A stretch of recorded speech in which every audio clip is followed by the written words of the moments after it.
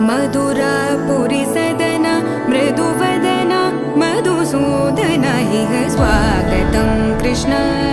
चरणागतं Krishna मधुरापुरी सदना